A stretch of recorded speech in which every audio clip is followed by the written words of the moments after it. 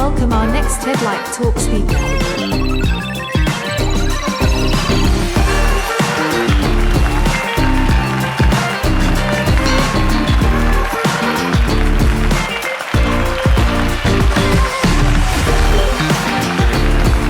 Talk about how with design we can make an impact on business. It's pretty simple, but sometimes as designers we focus too much on what we are doing. So we don't really look at the impact that we can make on business. And therefore I wanted to talk about this. Do we know what this is? Anybody? Reef, coral reef, yeah. So this is actually the abyssal zone in the ocean. Several hundred meters below the ocean is really the abyssal zone, which has very few surviving living beings. And this is essentially the zone where these living beings live, and these living beings are extremely resilient, but they do not go outside the area that they are really in. So forget about them going to the sun zone, or even going to knowing about the land or the stratosphere, or the exosphere. And sometimes I feel we as designers are basically those fishes in the abyssal zone, because we are so focused on looking at the Figma file and fixing the button and resizing our icons that we don't take a step back to look at the larger picture. And that's exactly what I want to talk about, right? For us to make any impact on business, we really need to take a step back, look at the bigger picture, and then say, what is it that I can do? So let's then start with the basics. I know a lot of you in the room probably are familiar with this, and therefore, let's just quickly do this, right?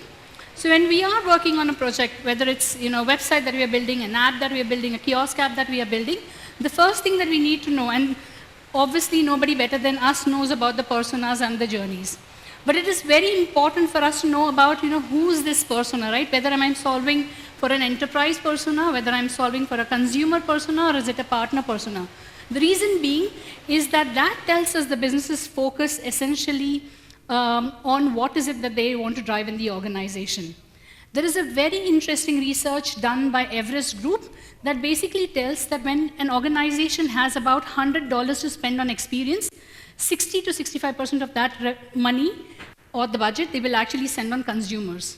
20 to 25 they will spend on employee experience. About 7 to 12 they'll spend on partners, and about 5 to 6 on social experiences. So if that is the fact that we know, it is important for us to know that, where is our company investing in? Where is our client investing in? So that's the first element of understanding business. The second piece I feel that is very important for us to understand is really the business KPI that we're trying to move. Say, for example, you're working on a e-commerce portal, or it is a B2B commerce portal. Why is the client actually building this? Is this a new channel that will give them new revenue? What are the existing channels that they already have?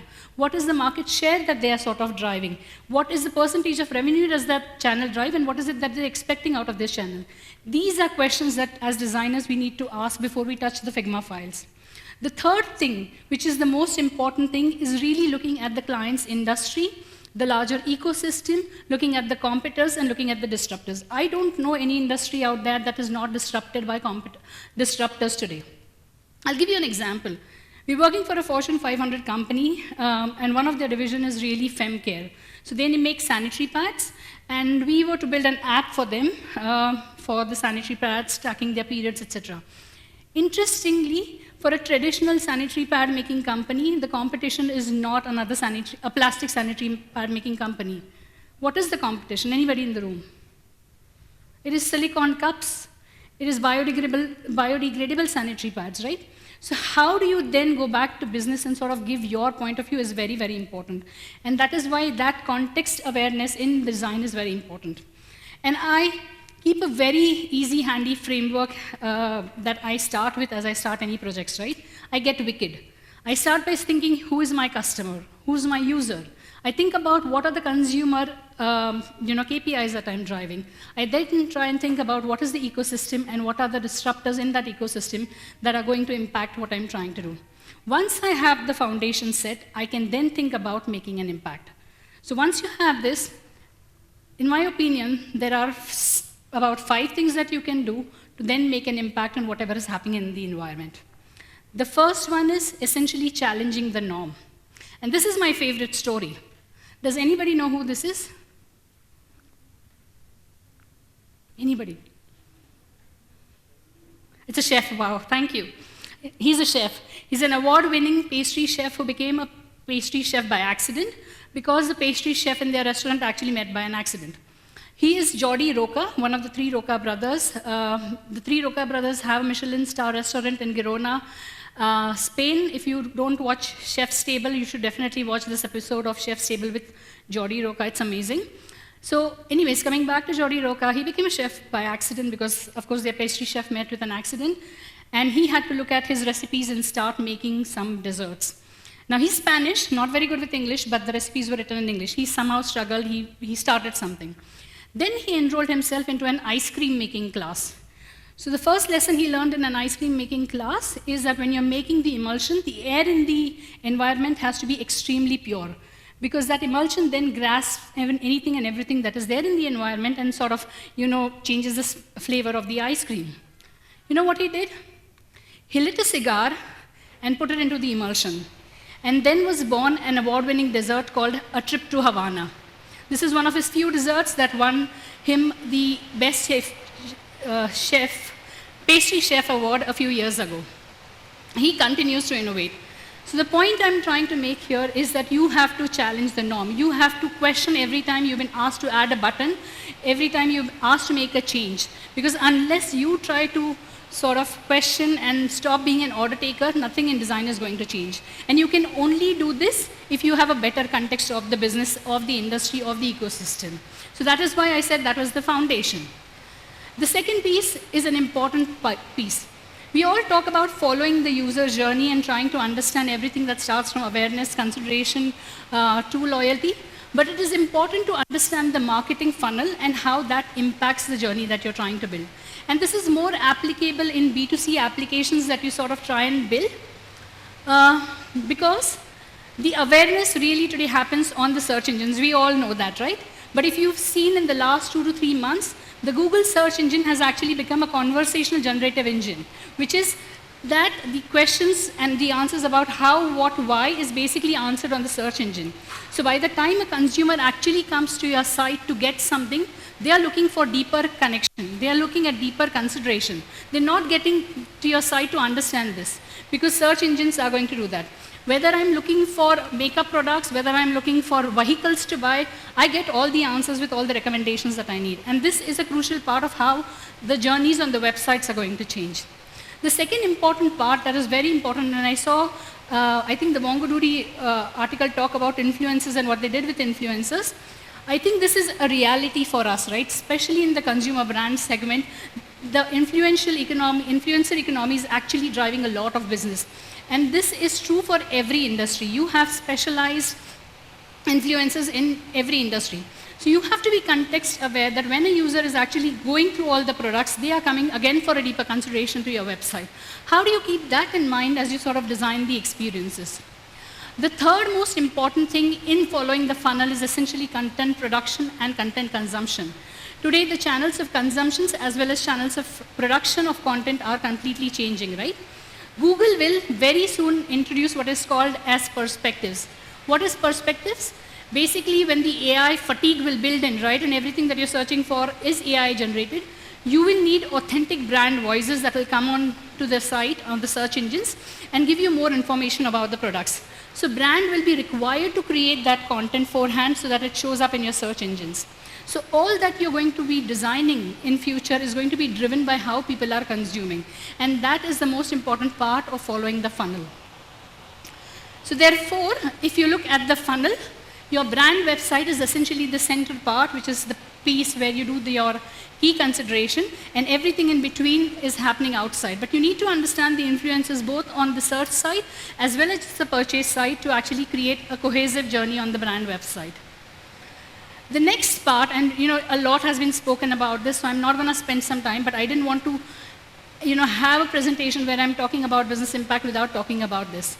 But the point I'm going to insist here is when you talk about accessibility, inclusivity, sustainability, it has to be in context of the industry that you're solving for. And I'll give you some examples. So accessibility, we all know WCAG guidelines, we all know how to adhere to that. That's not enough. You have to understand the context of the industry. When working for technicians, for example, you need to think about the fat finger syndrome and how technicians operate in environments that are not conducive to be using digital technologies. And therefore, that contextualization can only come from a designer mindset. And that's when we need to push our products and services. The second piece on inclusivity is essentially not just having websites or apps that have content or copy and images that are inclusive. It is about creating inclusive content for that industry. So let me give you that example about the period tracking company that I was talking about. So we created a period tracking app for them as part of the website design as well. Interestingly, the app had nothing to talk about PCOS customers. 25% of the women in North America actually have detected PCOS. In India, 70% of us go undetected with PCOS. So if you are creating an application that tracks your periods, how do you not have content enough to track a community within the environment? And that is truly inclusivity, right? It's not just about, again, images and the copy that you build. And this is going to be us thinking about that industry and that context. The next piece is sustainability. Again, sustainability in the kind of industries that you develop and the kind of use cases that you develop. Just a very small example I'm going to talk about. This is an event management company, very similar to the kind of event that we are attending. These larger B2B, B2C events usually have a lot of carbon footprint created, right? Because they create those sets. 80% of that content is, again, completely discarded, never to be reused. So these are very carbon-heavy events that get done, right? And you think about any expo that you've attended, it's basically a lot of carbon footprint. So as part of their app, we sort of tried and incorporated something called as your carbon footprint calculator. So depending upon how you travel to that app, it'll calculate the carbon footprint, and based on people who have a lower carbon footprint, it'll offer a free coffee at the venue, right? It's a very small thing that you're doing for a very large carbon footprint area, but that's just the beginning. And therefore, the three parameters that we talk about, accessibility, inclusivity, sustainability, have to be very contextual, and they have to go beyond the standards that we know as guidelines that have been asked to. The next piece is, of course, embracing tech. We heard a lot about AI, so I'm not going to talk about that. I'm going to just skip that slide. But essentially, the devices that we used 10 years ago and the devices that we will use in the next 10 years are going to be completely different. So for us as designers, we need to adapt to newer tools, newer interfaces, newer ways in which we can communicate with those interfaces, right? Now you learn about designing for voices, you learn about designing for AR, VR, and so on and so forth. And therefore, if I just look at the last 1.5 years, a lot of these customers that we worked for on traditional websites are now creating 3D homes that people can browse in the metaverse. They are actually creating AR, VR interactions for consumers. You have product try-ons that everybody is building. And these are real examples that brands are trying to sort of build.